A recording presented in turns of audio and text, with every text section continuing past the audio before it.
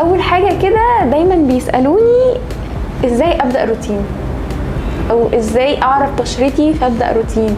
تمام. احنا عموما نوع بشرتنا بنقسمها لانواع اساسيه: بشره دهنيه، يا افراز دهون عالي قوي، بشرتي طول النهار والليل بتطلع دهون مش قادره اتحكم فيها، المسام بتاعتها باينه، ممكن كمان تبقى بتطلع حبوب كتيره.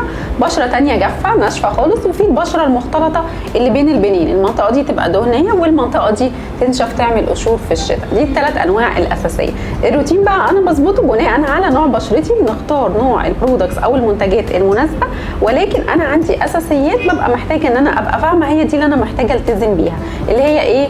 غسول، مرطب، صن بلوك. دول الاساسيات. عايزه وشي ينضف بانتظام وبالطريقه الصح، يبقى ده الكلينسر، وهختاره حسب نوع البشره.